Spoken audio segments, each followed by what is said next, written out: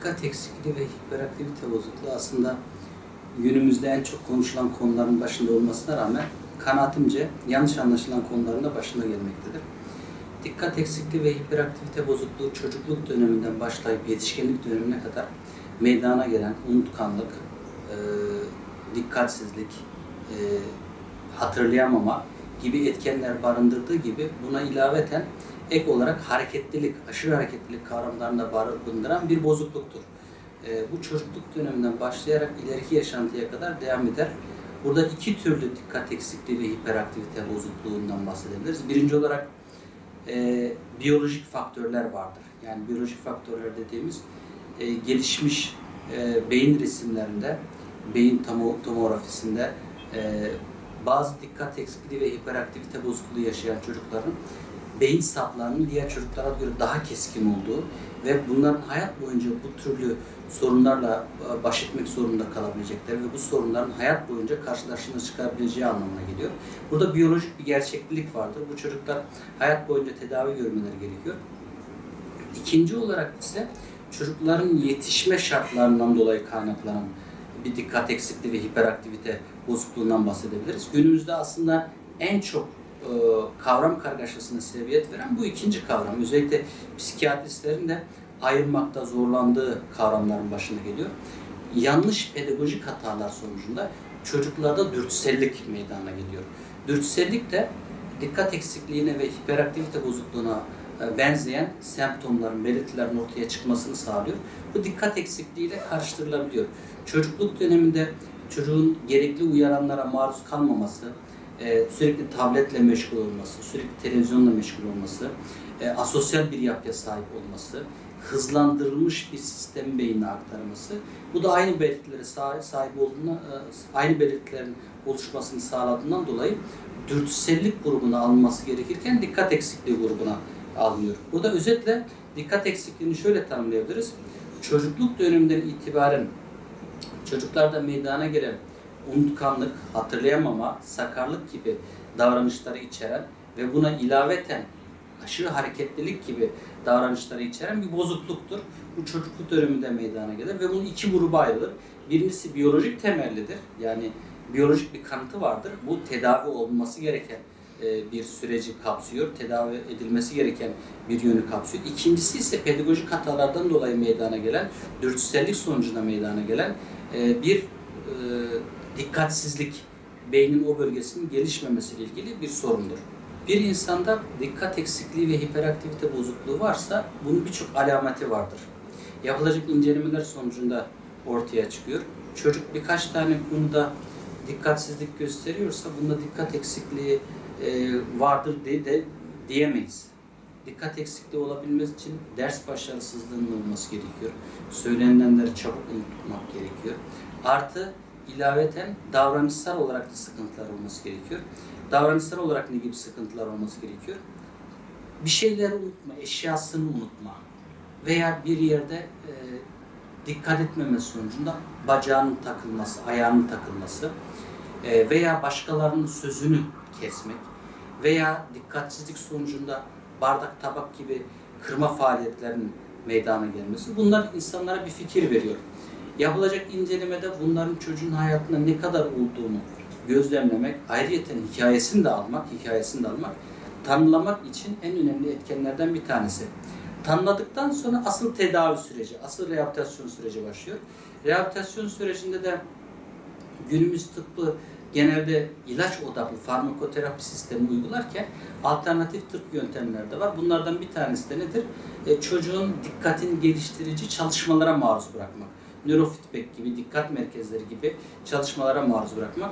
Bu süreç içerisinde çocukta dikkat eksikliği varsa çocuk kavrama, analiz, sentez gibi beyindeki bu bölgeleri uyaran eğitime tabi olduklarından dolayı zaman içerisinde bu özelliğini keşfederek kendini gerektiği zaman durdurmayı, gerektiği zaman mantıklı düşünmeyi, gerektiği zaman da analizler ve yorumlar yapabilmeyi öğreniyor. Genelde biz ikinci yöntemi öneriyoruz. Çünkü dikkat eksikliği hiçbir zaman için farmakoterapi yöntemiyle ortadan kaldırıldığını görmedik. Daha çok böyle kişinin beynin o dikkat merkezini toplamayla ilgili, dikkat merkezini geliştirmeyle ilgili çalışmaların başarıya ulaştığını ortaya çıkardık. Beyin ne kadar çok dikkatle ilgili çalışmalar gerçekleşirse tedavi süreci o kadar kısa meydana geliyor. Şimdi yapılan çalışmalarda dikkat eksikliği yaşayan beyinlerin ön loblar, yani beynin ön lobu yeterince kanlanmadığından dolayı dikkatle ilgili sorunlar ortaya çıktığı gözlemlenmiş. Yapılan çalışmalar bu yönde olduğu için genelde farmakoterapi ile ilgili verilen ilaçlar beynin ön lobunu kanlandırmaya yönelik, beyinsel aktivitelerini güçlendirmeye yönelik ilaçlar oluyor. Ama bunun yerine kişi aktivitelere yönlendiği zaman, yani kavrama, analiz, sentez gibi süreçlere yönlendiği zaman aynı etkiler oluşabiliyor. Yani bir olay karşısında örneğin sence bu nasıl yapılması gerekiyor? Sen olsaydın ne yapardın? Aralardaki benzerlikler nelerdir? Farklılıklar nelerdir? İşte kırmızıya benzeyen 3 tane meyve söyleyebilir misin? İşte bunlar neler yapsalar daha iyi anlaşırlar gibi. Beynin o bölgelerine uyarıcı faaliyetler içermek de, faaliyetlere yönelik eğitimler vermek de tedavinin bir parçasını oluşturuyor. Genel dikkat eksikliği ve hiperaktivite sorunu yaşayan çocuklar okula başlayana kadar keşfedilemiyor. Okula başlayana kadar genelde baskılanmış bir yapıda olduklarından dolayı veya diyelim öğrenme faaliyetleriyle ilgili bir yapıdan uzak olduklarından dolayı okula başladıkları anda, toplumun içerisine girdikleri anda diğer çocuklardan farklı olduğu gerçeği gözlemleniyor ve o zaman çocuklardaki etiketleme süreci, tanımlama süreci meydana geliyor. Bir sınıfa gidiyor öğretmen, sınıfta kaç tane öğrenci var? 40 tane öğrenci var.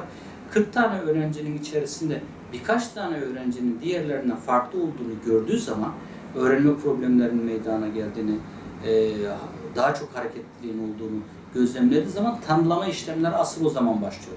Okul çağlarında genelde, yani 5-6 yaşlarından başlayarak lise çağına kadar dönem süreçlerde çok fazla dikkat eksikliği problemleri yaşanıyor diyebiliriz. Dikkat eksikliği ve hiperaktivite sorunu yaşayan ailelerle ilgili söylenebilecek neler var diye soracak olursak, birinci olarak öncelikle dikkat eksikliği nedir, ne değildir, neden kaynaklanır? Bunlarla ilgili bir süreç başlatmaları gerekiyor. Ailesel eksiklikler ve pedagojik hataların bu süreci tetiklediğini, bu sonucu götürdüğünü fark etmeleri gerekiyor. Genelde bu çocuklarda baktığımız zaman aile içerisinde uyarımlar, duygusal uyarımlar, sosyal uyarımların az olduğunu gözlemliyoruz. Anne babalara birinci olarak duygusal ve sosyal uyarımlar konusunda birazcık aktif olmaları gerektiğini ifade etmek gerekiyor. Başka neler söylenebilir? Anne babaların aile içi sistemde teknolojik aletleri özellikle kontrollü bir şekilde kullanmalarını tavsiye edebilir. Çünkü teknolojik aletler kontrollü bir şekilde kullanılmadığı zaman günümüzdeki dikkat eksikliğinin en büyük nedenlerinden bir tanesi olarak gösteriliyor. Evet, teknolojik alet hayatımızın bir parçası ama nasıl yönettiğimiz onun önemli. Nasıl yönettiğimiz önemli. Bir teknolojik aleti biz kendi hayatımızı kolaylaştıracak düzeyde kullandığımız zaman hayatımız kolaylaşır. İleride hayatımıza güzellikler getirir. Ama teknolojik aleti düzenli bir şekilde, güzel bir şekilde kullanmadığımız zaman hayatımıza bazı olumsuzluklar getirir. Çocukları fıtratlarına uygun olarak kendi yaşıt gruplarının arasına koymaları gerekiyor. Kendi yaşıtlarının gruplarının arasına koydukları zaman uyarımlar alacağından dolayı çocuk hem sosyal yönü gelişir hem de bilişsel yönü, dikkatsel yönü gelişir. Küçük yaşlardan itibaren ev içerisinde oynanabilecek küçük dikkat çalışmalarını içeren egzersizler yapabilirler. Bunlarla ilgili setler alabilirler. Belli bir yaşa gelmiş, örneğin 40'lı yaşlardaki insanların baktığımız zaman dikkat eksikliği sıkıntısı yaşamadığını gözlemliyoruz. Nedeni ne? Çocukluk döneminde örneğin oynamış oldukları çocukça oyunlardan, çocukluk dönemindeki tamamlamış oldukları evrelerden kaynaklanıyor. Bu çocukluk dönemine baktığımız zaman örneğin seksek vardı, körebe vardı, işte değişik oyunlar vardı. Bu oyunların hepsi beynin bir bölgesini aktifleştirirdi. Günümüzde çocuklar bundan mahrum kaldıklarından dolayı o bölgelere aktifleşmiyor. Geleneksel oyunları aile içerisinde yaşatabiliyorlarsa yaşatmaları gerekiyor. Eğer yaşatamıyorlarsa dikkat setlerini muhakkak alsınlar ve dikkat çalışmaları yapsınlar. Başka, çocuğun önünde tutarlı bir yapı sergilesinler. Tutarlı bir yapı sergiledikleri anda pedagojik hatalarının önüne geçerler. Çocuk tek bir merkezden, tek bir doğrunun alması gerektiğini fark eder ve ona göre yönlenir. Bunlar yapıldığı takdirde çocuktaki dikkat kavramlarında ve dürtüsellik kavramlarında bir azalma meydana gelecektir. Ve son olarak da şunu söyleyebiliriz. Dürtüsellikle ilgili çocuk, anne babalar dürtüselliklerini de denetim altına alabilmeleri için çocuğun her istediği yapılmaması gerekiyor. Çocuğun makul ihtiyaçları vardır, istekleri vardır. Bir de makul olmayan ihtiyaçları ve istekleri vardır. Örneğin çocuk 7 yaşında bir ilkokula başlayacak. Bana cep telefonu al. Eğer öyle diyorsa, 2. sınıfta, 3. sınıfta bana cep telefonu al diyorsa, anne baba bunu meşru bir ihtiyaç olarak görüyorsa, burada doğru olmayanı yapıyor demektir. Genelde bizim önerdiğimiz liseye kadar cep telefonunun kontrollü kullanılması, özellikle ortaokulda kontrollü kullanılması, ilkokulda olmaması. Çocuk eğer babacığım, anneciğim bana bir şeker al diyorsa bu makul bir ihtiyaçtır. Ama tutup yaşından büyük beklenti içerisine giriyorsa bu makul olmayan bir ihtiyaçtır.